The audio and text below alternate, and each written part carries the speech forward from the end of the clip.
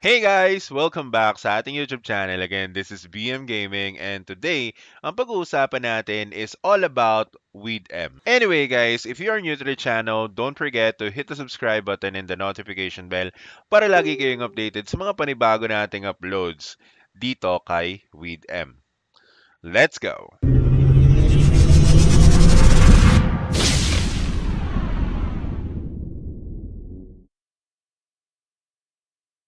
So, welcome back mga tol, no? So today, pag-usapan natin kung kaya nga bang sumabay ng mga free-to-play players dito sa WeedM. Now, this is one of the most common question na tinatanong sa atin during our live streams and also during the time na nagko-content tayo guys, no? Marami nagsasabi na, boss, pang may pera lang ata yung game na yan. Boss, hindi ata kaya makasabay ng mga free-to-play players dyan. Well, to tell you honestly guys, out of curiosity, gumawa din tayo ng sariling character natin. And what I can say is that hindi siya technically na hindi makakasabay. Though the character might be delayed because syempre nagpapa-item kayo, you're trying to make diamonds out of it. So the thing is that our goal here is to also strengthen your character.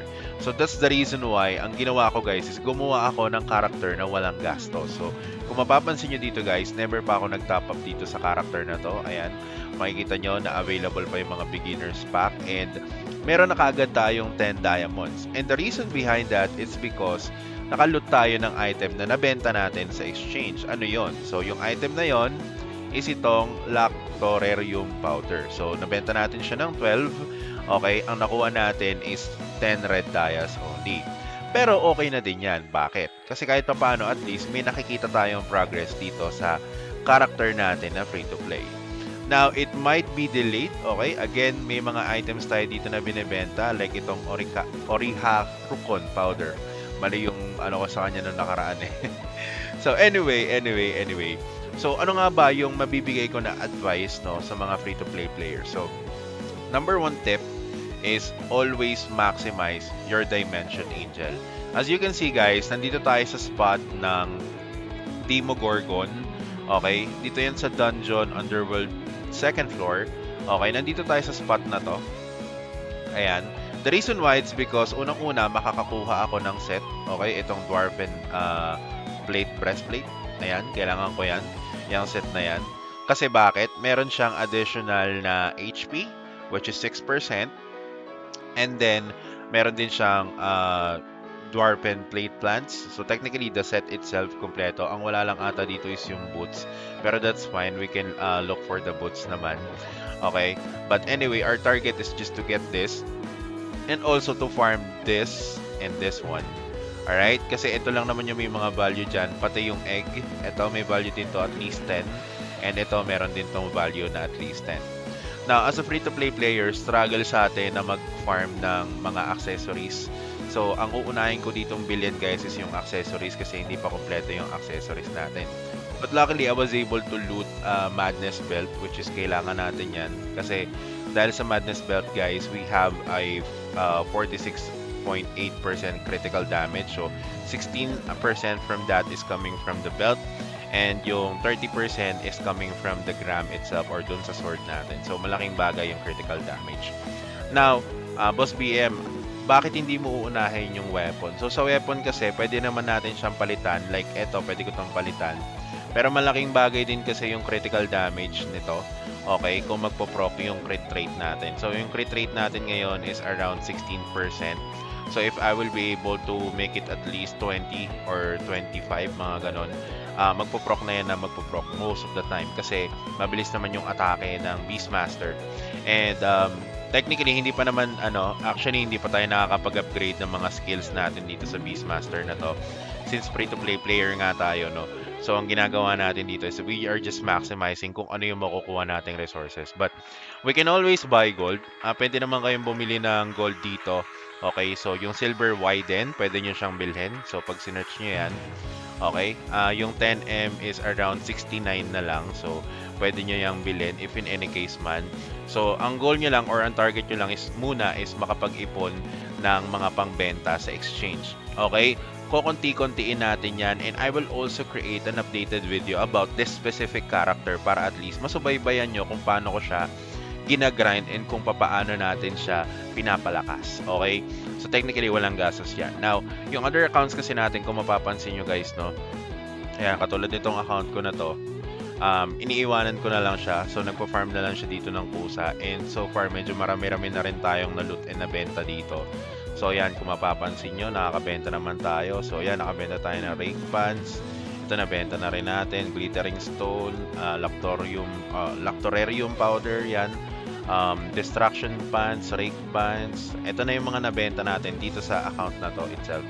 So kung mapapansin nyo, marami-rami na rin tayo nabenta dito. And kung hindi ko inire-reinvest or binibili ng mga items, yung ano natin dito, yung ating red diamonds, so far baka ROI na tayo. But anyway, hindi naman natin focus muna yung ROI dyan. Kasi so far, marami pa akong kulang pa ako ng belt and earring dyan. So I only have 30 days para i-grind yung pambili ng belt and earring natin. Okay? So dito naman sa isang account na to, meron na tayong 250. Alright? So dito marami na rin tayo nabenta guys. Okay?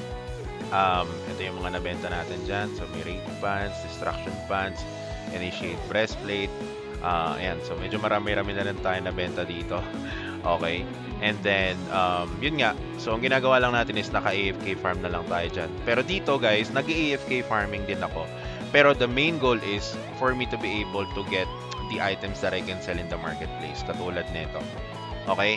Now, one of the things na na-notice ko dito sa spot na tinatayuan ko right now is napakarami kong na-loot na ganito. Okay? And if I will be able to have it crafted, punta tayo dun sa crafting, ano niya, guys. Ay, kunin mo natin yung gold.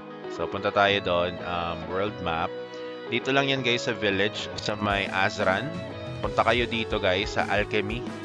Yan, punta kayo dyan. And then, i-craft nyo siya. Okay? Our goal here is to sell every lactorium powder for the meantime. Kasi wala pa naman tayong gears eh. Tama? So, kung mapapansin nyo, ang cost niya is 10,000. So, ilan ba yung meron tayo? We have like 222. So, 22 pieces yan.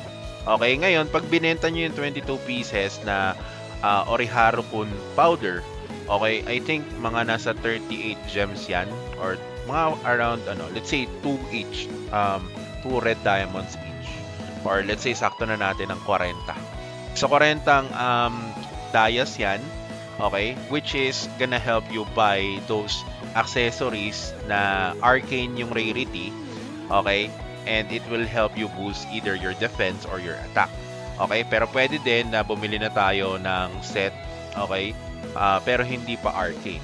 So, pwede rin naman ganun. Depende naman sa inyo kung ano yung ipa-priority nyo. Pero sa atin, ayan yung magagawa natin right now kasi nga, wala naman tayong top up dito. So, ang na-craft natin, again, is 22 pieces.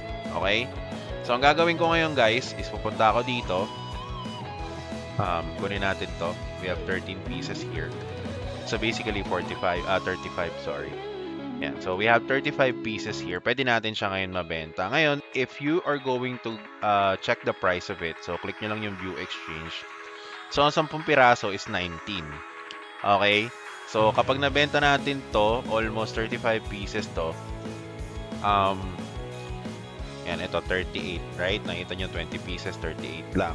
So, pwede nyo siyang ibenta ng ganon. So, ang gagawin natin ngayon dito is ibebenta natin siya. So, let's say buy 10.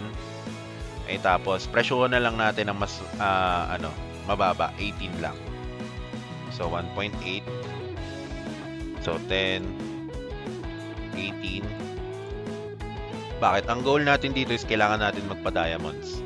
Okay? Para mabuuan natin ng set yung ating character. So, yan. 18.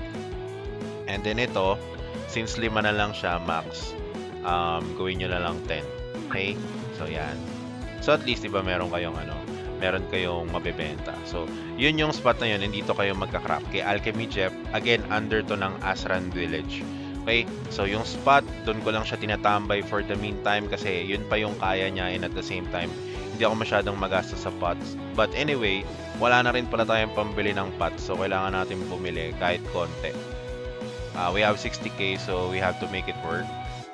Let's say, ito na lang muna, yung tagto 200. Yan.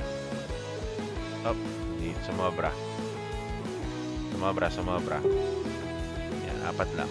Okay na yan.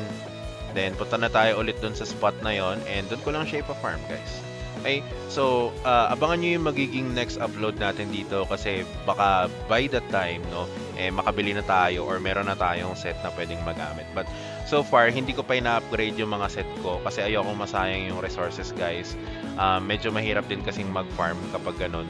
So, ginagamit ko lang tong Dimension Angel para at least ma-maximize ko siya, no? Kasi mahirap naman hindi nyo na ma-maximize yan. Sayang yung perks na yan and you only have like 3 days. So, technically, na-consume na natin yung half of the day, alright, ng Dimension Angel. So, hopefully, we'll be able to farm more dito ng gold and also ng, of course, ng mga materials na pang crafting para at least ma-progress natin and makita nyo din na kaya talaga ng free-to-play player dito na somehow magpa-item and lumakas. Na kumbaga tiyagaan lang naman, guys. Maybe you're a bit late na pumasok dito sa game na to, pero that's okay kasi ang game naman, it continues to like evolve and marami pang lalabas na mga items dito. And for sure, yung ibang items magmumura na. Pero, dadating din sa point in time na, of course, yung mga bagong items lalabas and makakahabol kayo sa farming pa.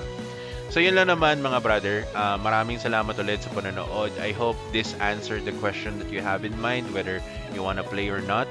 Okay? But anyway, abangan nyo rin yung video natin na ilalabas regarding sa guide natin for the Beastmaster Summoner. Okay? So, ilalabas ko yan either by tomorrow. Okay, and magla-livestream din tayo later on. So, yun lang naman mga tol. Maraming salamat ulit sa panonood and alam nyo na, peace out!